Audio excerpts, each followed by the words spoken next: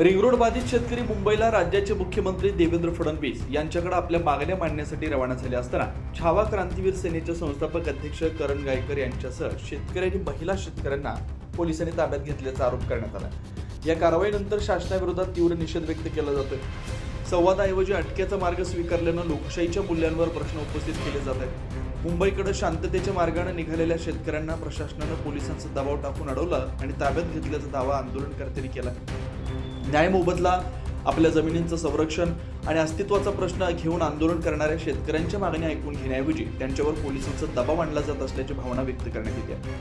मुंबई येथे सर्व ring road बाधित शेतकरी राज्याचे मुख्यमंत्री देवेंद्रजी फडणवीस यांची भेट घेण्यासाठी व आमच्या मागण्यांमध्ये न्याय मागण्यासाठी त्यांच्याकडे जाणार होतो। परंतु त्या ठिकाणी आज सकाळी 7 वाजता म्हणजे आम्हाला अजून तर काही सांगितलेलं नाही की तुमची परमिशन नाकारली, पण त्यांनी नाशिक पोलिसांना सांगितलं। नाशिक पोलिसांनी सकाळी बंदोबस्त लावलेला होता, परंतु मुंबई पोलिसांनी परवानगी नाकारल्यामुळं त्यांनी आम्हाला या ठिकाणी शेकडो महिला असतील, शेतकरी पुरुष असतील, या सगळ्यांना सकाळपासून या ठिकाणी अटक केलेली आहे। आणि अटक केल्यानंतर आमची सुद्धा भूमिका एकदम स्पष्ट आहे। राज्याचे मुख्यमंत्र्यांची जोपर्यंत भेट होत नाही तोपर्यंत आम्ही एकही शेतकरी घरी जाणार नाही। कारण आमच्या उरावर या ठिकाणी आयुष प्रसाद नावाचे जिल्हाधिकारी बसवलेले आहेत। हे महिषासुरासारखं काम त्या ठिकाणी करताय।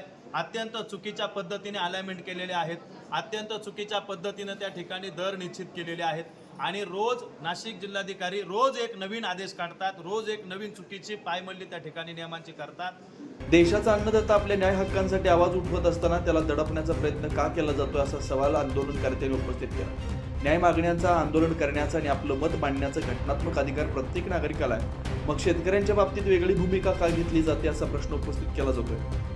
आंदोलनकर्त्यांच्या मते हा प्रश्न केवळ काही शेतकऱ्यांचा नसून संपूर्ण शेतकरी समाजाच्या स्वाभिमानाचा आहे। न्याय मागण्यांवर कारवाई करण्याऐवजी शासनाने त्यांच्या मागण्या ऐकून घ्याव्यात, चर्चा करून मार्ग काढावा आणि संवादातून तोडगा शोधावा अशी मागणी करण्यात येते। दरम्यान या घटनेमुळे रिंग रोड बाधित शेतकऱ्यांच्या आंदोलनाला नवं बळ मिळण्याची शक्यता व्यक्त केली जाते। पुढील भूमिका काय असणार याकडे सर्वांचं लक्ष लागेल। 9 न्यूज महाराष्ट्रासाठी प्रतिनिधी योगेश महाजन, नाशिक।